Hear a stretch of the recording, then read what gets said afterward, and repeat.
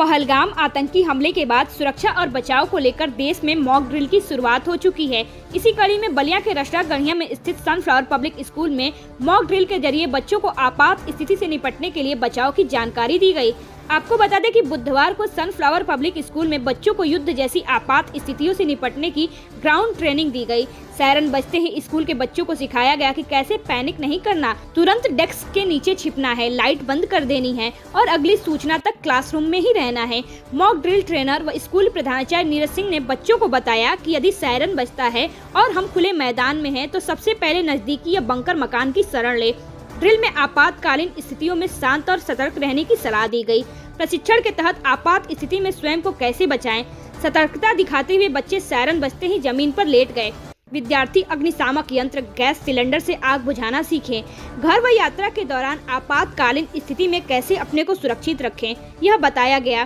Drill के दौरान छात्रों को हवाई हमले के संकेतों, ब्लैकआउट प्रक्रियाओं, सुरक्षित स्थानों की पहचान और आपातकालीन निकासी मार्गों के बारे में प्रशिक्षण दिया गया। नमस्कार, मैं प्रधानाचार्य सनफ्लावर पब्लिक स्कूल रसड़ा। जैसा कि हम सभी लोग जानते हैं कि 22 अप्रैल से ही देश में किस तरह का माहौल बना हुआ है और पहलगाम में जिस तरह से टेररिस्ट अटैक किया गया, जिसमें 18 लोगों को जिस तरीके से जख्मी किया गया, उनको मौत के घाट उतार दिया गया। इस टेररिस्ट अटैक के लिए जो हमारे देश ने पहल की है, माननीय प्रधानमंत्री जी की अध्यक्षता में हमारे तीनों सेना के चीफ ने जो पहल की है और जो योजनाबद्ध तरीके से चीज़ों को तैयार किया गया, एक ऐसी रूपरेखा तैयार की गई जिसमें किसी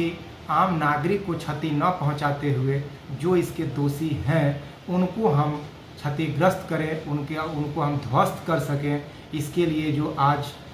कल रात्रि में जिस तरह से पहल की गई है, रात 1:30 बजे से ये सूचना मिलना शुरू हो गया कि हमारे तरफ से राफेल के द्वारा मिसाइल दागे गए, जिसमें पाकिस्तान में स्थित 9 ऐसे ठिकानों को ध्वस्त कर दिया गया और 9 ठिकानों को ध्वस्त करने के बाद काफ़ी ज़्यादा मात्रा में आतंकी ढेर हो गए हैं। और सुबह 6 बजे तक जो सूचना देखने को मिला उसमें काफ़ी काबिल तारीफ़ ऑपरेशन किया गया है भारत की तरफ से। और जिस तरह से भारत की तीनों सेनाएं, नौसेना, थल सेना और वायुसेना अपने अपने मोर्चा पर अपने विरोधी देश को जिस तरीके से जवाब दे रही है, उस जवाब के तहत जो हम लोगों के भी जो कर्तव्य बनते हैं, जो जवाबी कार्रवाई के लिए इस ऑपरेशन का जो सिंदूर ऑपरेशन का जो नाम दिया गया है, इस सिंदूर ऑपरेशन के तहत आज देश में जिस तरीके से पहल की गई, रात 1:30 बजे से जो पहल की गई है, वो पहल की जो रूपरेखा तैयार की गई है, वो रूपरेखा दोनों ही बहुत काबिल तारीफ़ है। जिसमें सुबह 6 बजे तक आने की न्यूज़ के मुताबिक मात्र 3 ऐसे आम नागरिकों की सूचना मिली है कि आम नागरिकों में मात्र 3 आम नागरिक चोटिल पाए गए हैं, जबकि 9 ऐसे ठिकानों को ध्वस्त कर दिया गया है। इसी के तहत गृह मंत्रालय द्वारा जो आज 7 मई को आम जनता को जागरूक करने के लिए मॉक ड्रिल की प्रयास की गई थी, इसमें अपने यूपी के भी 17 डिस्ट्रिक्ट इंक्लूड किए गए हैं और टोटल भारतवर्ष में 249 ऐसे डिस्ट्रिक्ट दिए गए हैं, जिसमें कि आज मॉक ड्रिल विशेष तौर पे कराई जा रही है। तो हमारे नियर बाई में गोरखपुर डिस्ट्रिक्ट चिन्हित किया गया है, नियर बाई में बनारस डिस्ट्रिक्ट चिन्हित किया गया है और फिर तीसरा लखनऊ डिस्ट्रिक्ट चिन्हित किया गया है। इस तरह से टोटल 17 डिस्ट्रिक्ट हमारे नियर बाई पूरे यूपी में चिन्हित किए गए हैं, जहां मॉक ड्रिल स्पेशल तरीके से कराई जा रही है। और यह कहा जा रहा है कि जिस तरीके से हमारी सेना तीनों ही बॉर्डर पर, तीनों ही जगह पे जिस तरह से अपने कर्तव्यों का निर्वहन कर रही है, उस तरह से आम नागरिक होते हुए भी हम अपने इंटरनल रीजन में, यानी अपने भारत की आंतरिक हिस्सों में अपनी पहल करें और लोगों को जागरूक करें और ऐसी ट्रेनिंग दें जिससे कि आपात स्थिति आने पर हमें पैनिक होने की नीड न पड़े, हमें पता हो कि हमें क्या करने की आवश्यकता है और हमें क्या करना चाहिए।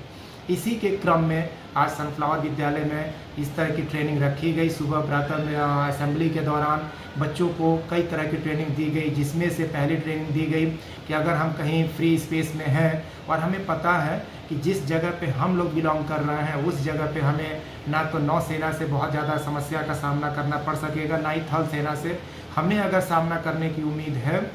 तो एयर स्ट्राइक से है। और हम जानते हैं कि हमारे पास TCR और रोहिणी जैसा एयरफोर्स और आर्मी के पास रडार है, जो रडार मिसाइल्स की इफ़िशेंसी को डिटेक्ट कर सकता है। तो पॉसिबिलिटी यही है कि अगर कोई रडार हमारे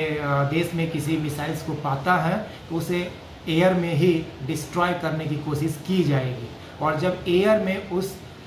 विपक्षी दल के तरफ से आने वाले मिसाइल को ध्वस्त किया जाएगा, उससे बहुत सारे हार्मफुल रेडिएशंस निकलेंगे, चाहे वो कॉस्मिक रेज के रूप में निकलें, चाहे गामा रेज के रूप में निकलें। ये सारे ही रेज हमारे लिए हार्मफुल हैं। तो हमें इस तरह के मिसाइल से होने वाले अटैक को जब अपने भारतीय सेना द्वारा रडार के सपोर्ट से जब इन सभी मिसाइल्स को ध्वस्त किया जाएगा, तो इनसे निकलने वाले रेडिएशन से बचने के लिए आज विद्यालय में ट्रेनिंग दी गई है। और ये ट्रेनिंग देने में पहला चरण ये लिया गया कि अगर हम किसी खुले आकाश के नीचे हों और इस तरह की अगर हमें कुछ भी समस्या समझ में आए तो हम अपने नज़दीक किसी क्लोज एरिया में जाने की कोशिश करें, और अगर कोई क्लोज एरिया हमारे नियर बाई में नहीं दिखता है तो हम ज़मीन पे ही अपने कानों को बंद करके, आँखों को बंद करके लेट जाएं, जिससे कि लेट जाने की स्थिति में वो रेडिएशंस कम से कम हमारे बॉडी को पेनिट्रेट कर पाएंगे, भेद पाएंगे, जिस वजह से हमें उनके हार्मफुल इफेक्ट से बचने की संभावना रहेगी। और हम ये भी जानते हैं कि हमारे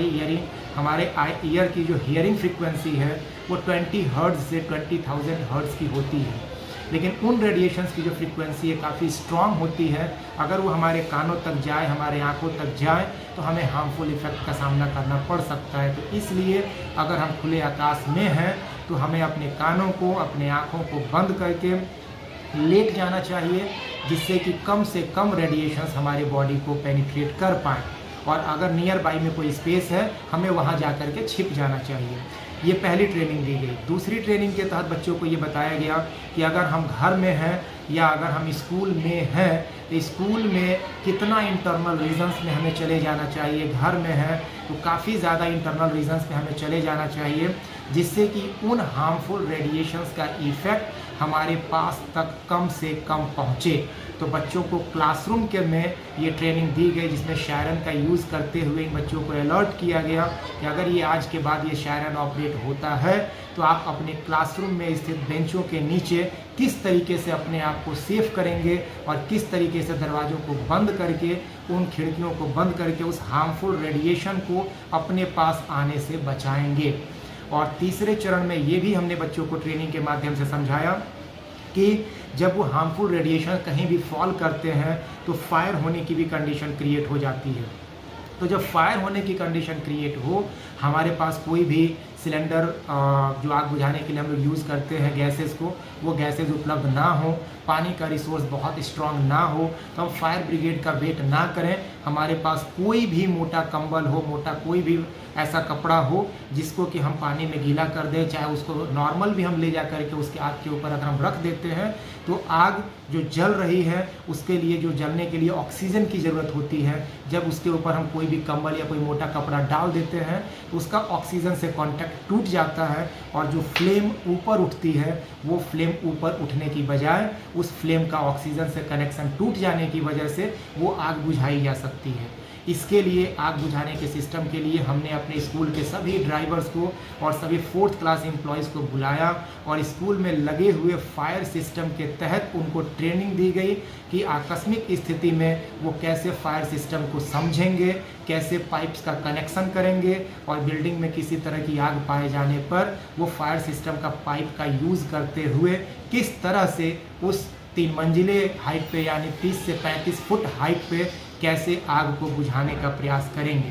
तो ये 3-4 तरह की ट्रेनिंग बच्चों को दी गई और विशेष तौर पे हमने बच्चों को यह भी बताया कि आपातकालीन स्थिति में हमारे सेलफोन्स के नेटवर्क भी डिस्ट्रॉय हो जाते हैं, क्योंकि हमारे जैमर्स के द्वारा चीज़ें नेटवर्किंग जैम कर दी जाती है। तो ये हमारे माइक्रोवेव्स होते हैं, लेकिन अगर हम रेडियो वेव्स का यूज़ करें, अगर हमारे सेलफोन्स का नेटवर्क डैमेज हो जाए, हम सेलफोन को यूज़ ना कर पाएँ,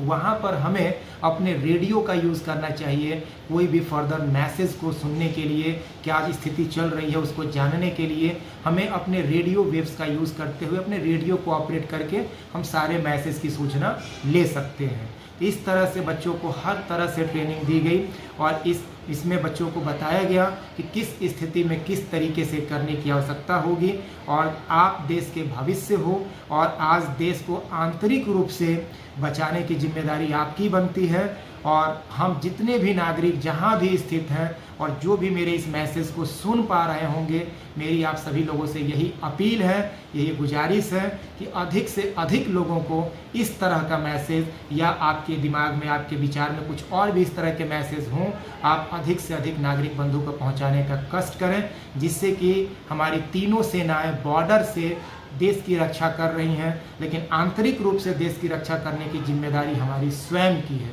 हम अपने कर्तव्यों को समझें और हम यह भी प्रण करते हैं कि अगर भविष्य में अगर किसी तरह की आवश्यकता समझ में आई तो विद्यालय परिवार एवं विद्यालय परिवार से जुड़े हुए सभी लोग बॉर्डर के सीमाओं तक भी अपने द्वारा मिलने वाले सहयोग को प्रदान करने के लिए जाने में तत्पर हैं। इसमें कहीं से किसी तरह की कोई दो राय नहीं है। हम सब लोग देश की हर परिस्थिति के साथ कंधे से कंधा मिलाकर चलेंगे और हर परिस्थिति का कठोरता के साथ सामना करेंगे। तो माननीय प्रधानमंत्री मोदी जी द्वारा जो आज रात को 1:30 बजे से जो स्ट्राइक का प्लान किया गया वो काबिल तारीफ था, और जितने सूझबूझ से ये निर्णय लिया गया है, काफ़ी समय देते हुए ये जो निर्णय लिया गया है, ये निर्णय बहुत ही सराहनीय है और हम सब नागरिक बंधु का ये कर्तव्य बन जाता है उस निर्णय का सम्मान करें और देश की रक्षा में अपने द्वारा मिलने वाले सहयोग को देश तक पहुंचाने का कष्ट करें। इसी के क्रम में मॉक ड्रिल का आयोजन आज सनफ्लावर परिवार में किया गया।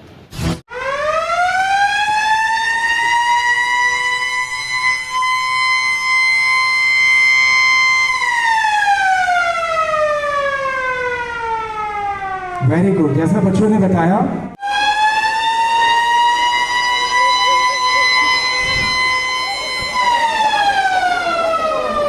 केवल रख दो वहां पे।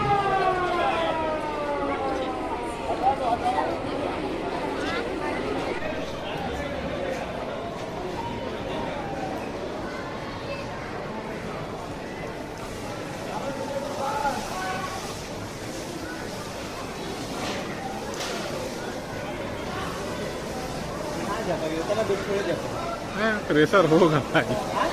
उस प्रेशर नहीं,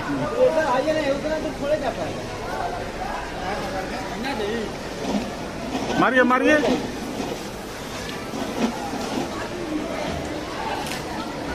ये भी नहीं जा रहा है।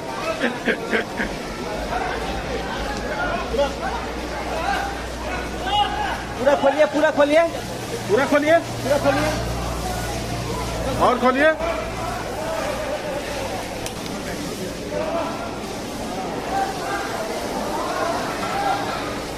हाँ वो चला गया, देखिए प्रेशर। हाँ देखिए वो उसका प्रेशर हो रहा है। पूरा खोलिए, पूरा खोलिए, खोल दिए हैं, पूरा खोल दिए। अरे तो उसी को बोलिए ना, उसी को जर घुमा दे पाइप। उसका प्रेशर कहीं पे खोल हो रहा है।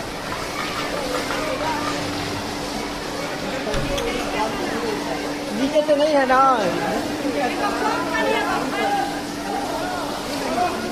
हाँ मारिए।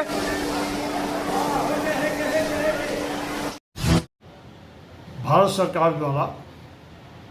यह आदेश प्राप्त हुआ है कि हम सब लोगों को एक ऐसा प्रशिक्षण दें जिससे कि कोई भी बाहरी हमला होता है तो हम अपनी सुरक्षा कर सकें। इसी बात को ध्यान में रख करके हमारे प्रिंसिपल महोदय ने आज बच्चों के बीच बहुत ही अच्छा प्रशिक्षण दिया कि हवाई हमलों से हम कैसे बचें और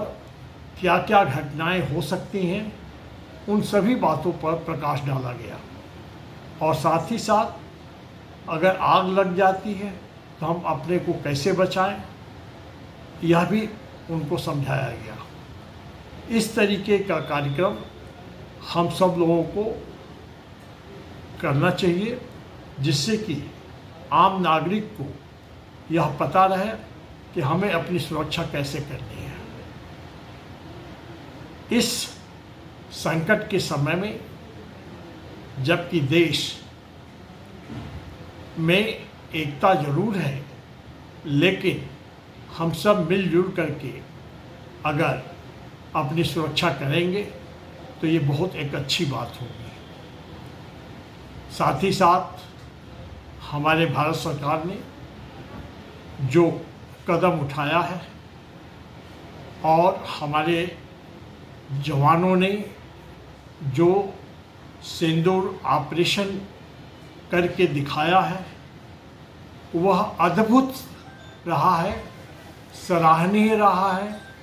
इनको शब्द नहीं है कि किन शब्दों में हम प्रशंसा करें।